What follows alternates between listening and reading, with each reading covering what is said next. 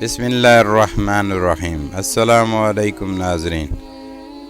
حضرت عمر رضی اللہ تعالیٰ عنہ، جن کے پاک نام پر آج مسلمانوں کو فخر ہے اور جن کے جوش ایمانی سے آج 1300 برس بعد تک کافروں کے دلوں میں خوف ہے، اسلام لانے سے قبل مسلمانوں کا مقابلہ اور تکالیف پہنچانے میں بھی ممتاز تھے۔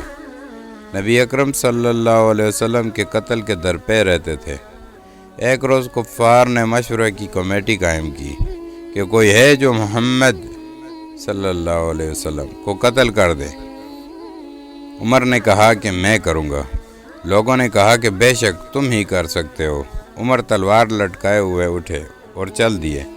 اسی فکر میں جا رہے تھے ایک صاحب قبیلہ زہرہ کے، جن کا نام حضرت سعد بن ابی وقاص رضی اللہ تعالیٰ عنہ ہے، اور بعضوں نے اور صاحب لکھے ہیں، ملے۔ انہوں نے پوچھا کہ عمر کہاں جا رہے ہو؟ کہنے لگے محمد صلی اللہ علیہ وسلم کے قتل کی فکر میں ہوں، نعوذ باللہ۔ سعد نے کہا کہ بنو ہاشم اور بنو زہرہ اور بنو عبد مناف سے کیسے مطمئن ہو گئے؟ وہ تم کو بدلہ میں قتل کر دیں گے۔ اس جواب میں بگڑ گئے اور کہنے لگے کہ معلوم ہوتا ہے کہ تو بھی بے دین یعنی مسلمان ہو گیا، لا پہلے تجھے ہی نمٹا دوں۔ یہ کہہ کر تلوار سونت لی، اور حضرت سعد رضی اللہ تعالیٰ عنہ نے بھی یہ کہہ کر کہ ہاں میں مسلمان ہو گیا ہوں، تلوار سنبھالی۔ دونوں طرف سے تلوار چلنے کو تھی کہ حضرت سعد رضی اللہ تعالیٰ عنہ نے کہا کہ پہلے اپنے گھر کی تو خبر لے، تیری بہن اور بہنوئی دونوں مسلمان ہو چکے ہیں۔ یہ سننا تھا کہ غصہ سے بھر گئے اور سیدھے بہن کے گھر گئے۔ وہاں حضرت خباب رضی اللہ تعالیٰ عنہ کوڑ بند کیے ہوئے ان دونوں میاں بیوی کو قرآن شریف پڑھا رہے تھے۔ حضرت عمر رضی اللہ تعالیٰ عنہ نے کوڑ کھلوائے۔ ان کی آواز سے حضرت خباب رضی اللہ تعالیٰ عنہ جلدی سے اندر چھپ گئے، اور وہ صحیفہ بھی جلدی میں باہر ہی رہ گیا جس پر آیت قرآنی لکھی ہوئی تھی۔ ہمشیرہ نے کوڑ کھولے۔ حضرت عمر رضی اللہ تعالیٰ عنہ کے ہاتھ میں کوئی چیز تھی جس کو بہن کے سر پر مارا، جس سے سر سے خون بہنے لگا، اور کہا کہ اپنی جان کی دشمن، تو بھی بد دین ہو گئی۔ اس کے بعد گھر میں آئے اور پوچھا کہ کیا کر رہے تھے، یہ آواز کس کی تھی؟ بہنوئی نے کہا کہ بات چیت کر رہے تھے۔ کہنے لگے کیا تم نے اپنے دین کو چھوڑ دیا، دوسرا دین اختیار کر لیا؟ بہنوئی نے کہا کہ اگر دوسرا دین حق ہو تب۔ یہ سننا تھا کہ ان کی داڑھی پکڑ کر کھینچی اور بے تحاشا ٹوٹ پڑے اور زمین پر گرا کر خوب مارا۔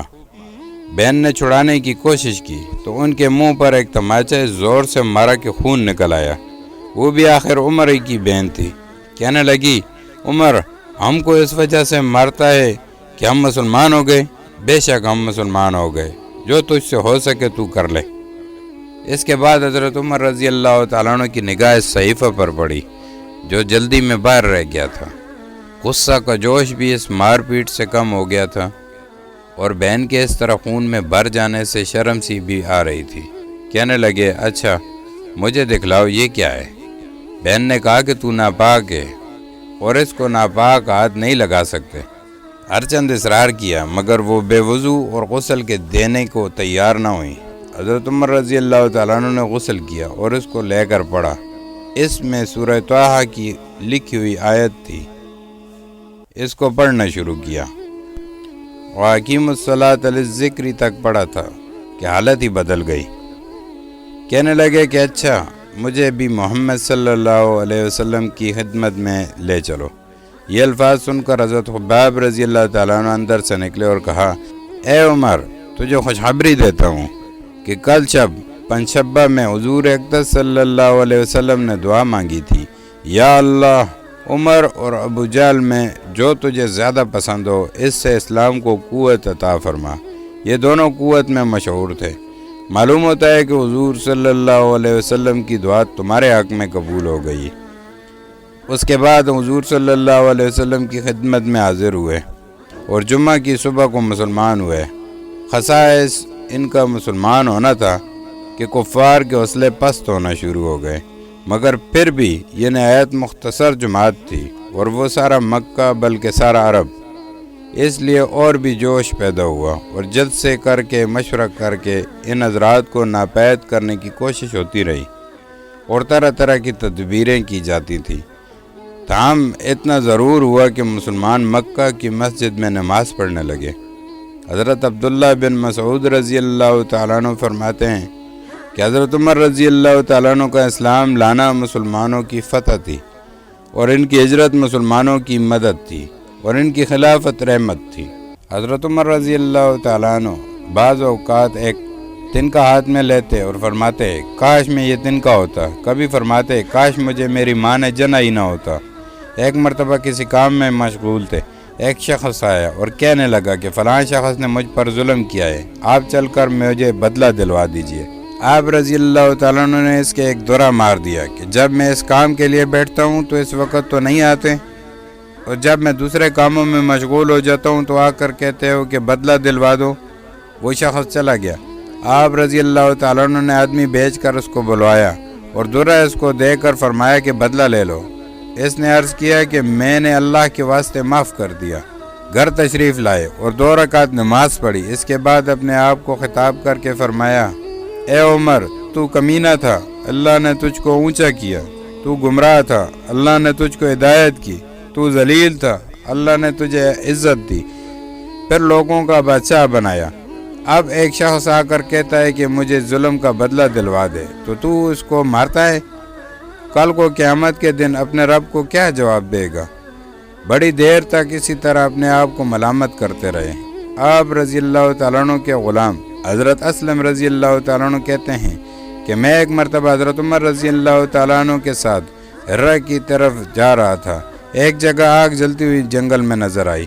حضرت عمر رضی اللہ تعالیٰ عنہ نے فرمایا کہ شاید یہ کوئی قافلہ ہے جو رات ہو جانے کی وجہ سے شہر میں نہیں گیا، باہر ہی ٹھہر گیا، چلو اس کی خیر خبر لیں، رات کو حفاظت کا انتظام کریں۔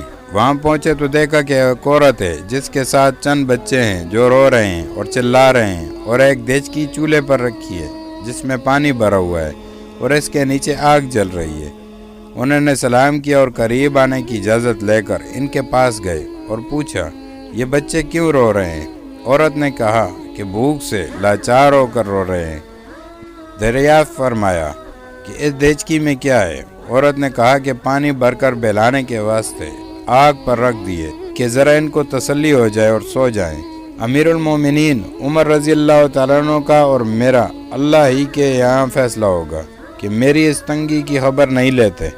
حضرت عمر رضی اللہ تعالیٰ عنہ رونے لگے اور فرمایا اللہ تجھ پر رحم کرے، بھلا عمر کو تیرے حال کی کیا خبر ہے؟ کہنے لگی وہ ہمارے امیر بنے ہیں اور ہمارے حال کی خبر بھی نہیں رکھتے۔